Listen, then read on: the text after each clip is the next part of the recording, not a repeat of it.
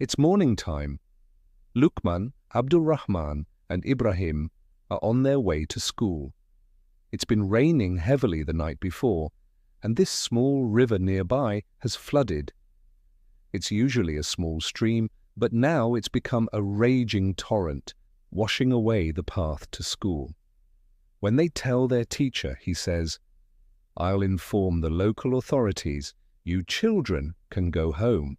But on the way home, they start wondering, what if we could build a bridge to get to school? They know that the whole class will be late for school if they wait for the local authorities to send someone to fix the path. So they decide to take matters into their own hands.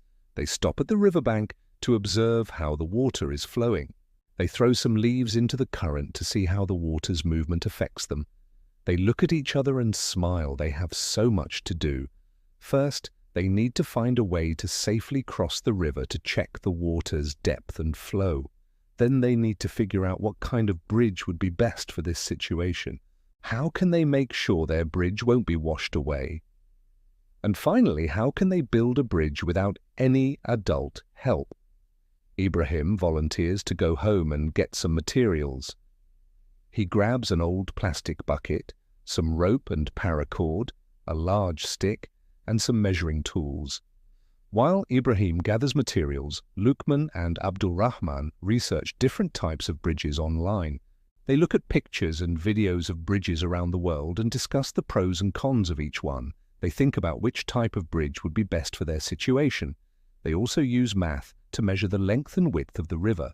With these measurements, they can calculate how long their bridge will need to be and how wide. Next, they work together to create a model of their bridge.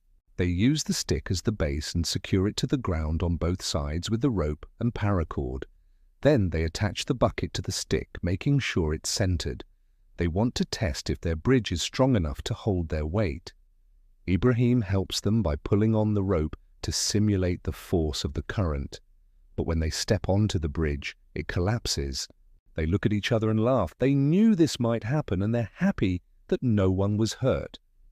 Now it's time to make some changes. They decide to add more support beams to make the bridge stronger. They use more rope and paracord to secure the bucket and the stick.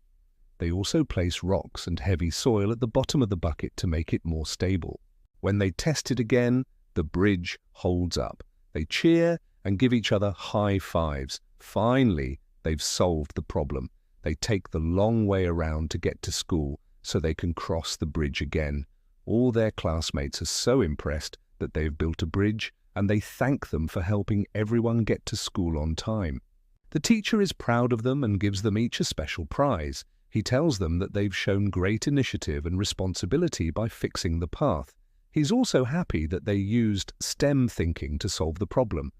That's when you use science, technology, engineering, and math to understand the world around you and to solve problems. As they walk to class, they discuss what they've learned. Ibrahim says, "I never thought I could be an engineer."